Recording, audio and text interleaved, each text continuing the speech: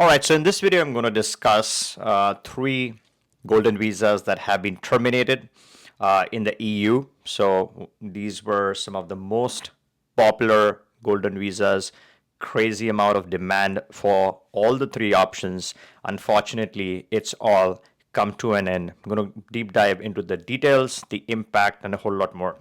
Now, before I jump into this topic, if you are here for the first time, my name is Jay, and here we discuss investments that lead to residencies, citizenships. We discuss news articles, breaking news, and a whole lot more.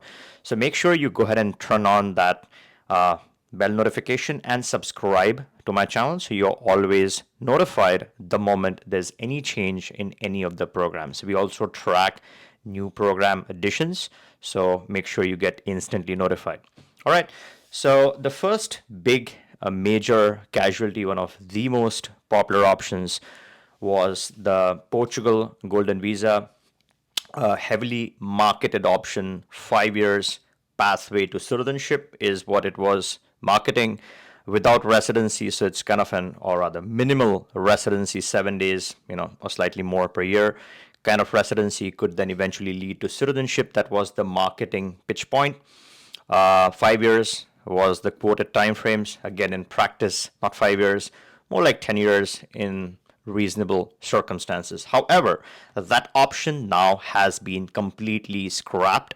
Now, what does this mean for people who are currently in the process of investing, right?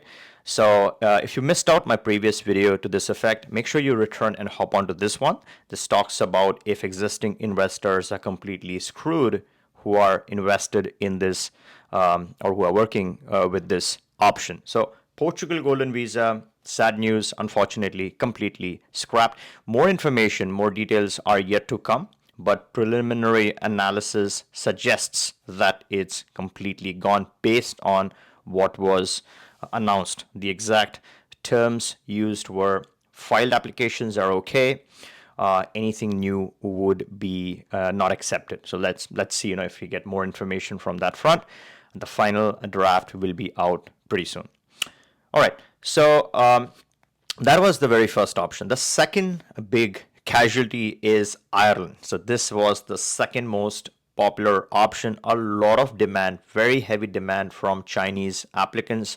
Straightforward process. You send $1 million to the country. Again, a lot of convenient different options to qualify for the Irish Golden Visa. The same deal, wonderful European country. You had access with this. You had the benefits of both. You had access, the freedom to the UK.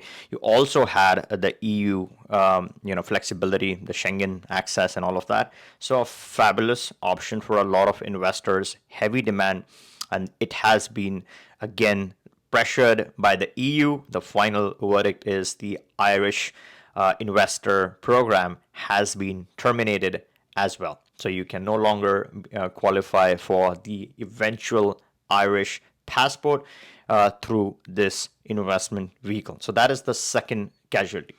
The third one is the Spain Golden Visa via the real estate route. Now, a lot of people don't actually want to set up businesses in Spain just to obtain residency, right? That's an overkill, or no, it's not appealing or attractive. Doesn't make much sense unless you really wanted to do some business in Spain. So the best option was the real estate option to qualify and then eventually work yourself towards that Spanish citizenship. Now that option is coming to a close. That's going to be ended. And again, third casualty, not the most attractive. Portugal was the number one worldwide. The Irish was the number one when it came to Chinese and Asians and other, some other nationalities. They really heavily loved the Irish option. So that's the number two in terms of popularity. Spain, nonetheless, was very attractive for certain people. So that is the real estate, the one that usually people use, right, for 80-90% of the times. That option has been taken away. That option has gone. Now, with so much of negativity and so much of options going, talks about monitoring existing applications, terminating passports. Now, Cyprus just terminated the 200 passports, right?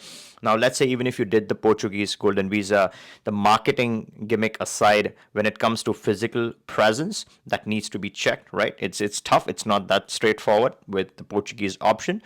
So with so much of negativity, uncertainty, you're parking capital, and it's your hard-earned money, and you're taking it to a place where it's not, maybe it's not appreciated, right? So much of monitoring and surveillance and investigations and all of those things. Now, those are good things for those countries, and that's really good for people who have the time, or people who are busy with their daily life.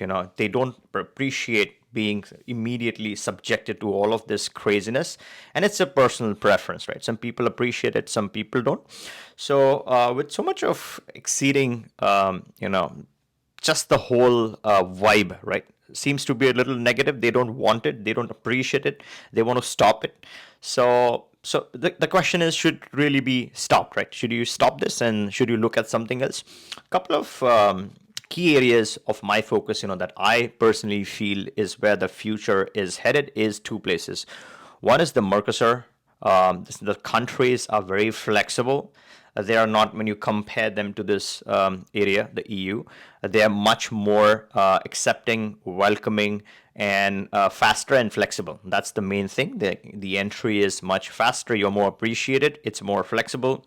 The couple of languages that you obviously need to take into account is the Spanish and the Portuguese requirement. Not hard to learn. Very useful languages, right, for your future.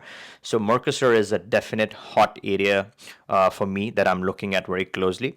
And if you have missed my video on the advantages and where the future is headed and why I feel the future is headed towards Mercosur, you can return and check this video. Talks about it in a lot more detail.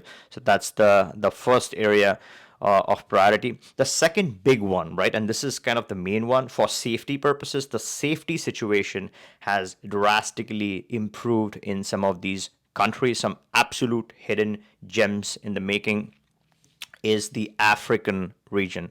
Now, I have a lot of sort of a lot of research and R&D going on in the African areas. I'm working with clients regarding some of these options, very attractive, lucrative options in Africa's. If you look at some of these countries, and if you look at the U.S. safety travel advisories, some of them stand on number one, which is very rare. Usually it's two or more. Some of the Latin would be, let's say, two or three, and that's the average. But some of these African countries are really ranking in the high safety zone, which is very attractive for a lot of people. I personally appreciate that the situation is drastically going up and improving. Economically, there's a lot of opportunity that seems to be in the Africa's heavily underlooked area or region for a very long time, because you had all of this development on the other side. But now that this is, getting saturated and negative and all of the craziness that's happening, it's high time that one focuses on the African region and takes advantage of not only the increasing safety, but also the economic opportunity in this region. Now, if you are interested in checking what's the best option in your circumstances, then you can always click the link in the description, book a call with us. We can discuss specifically your circumstances and what option could work best in your situation. And I hope you liked this video. And if you did, give me a thumbs up, and catch you in the next one.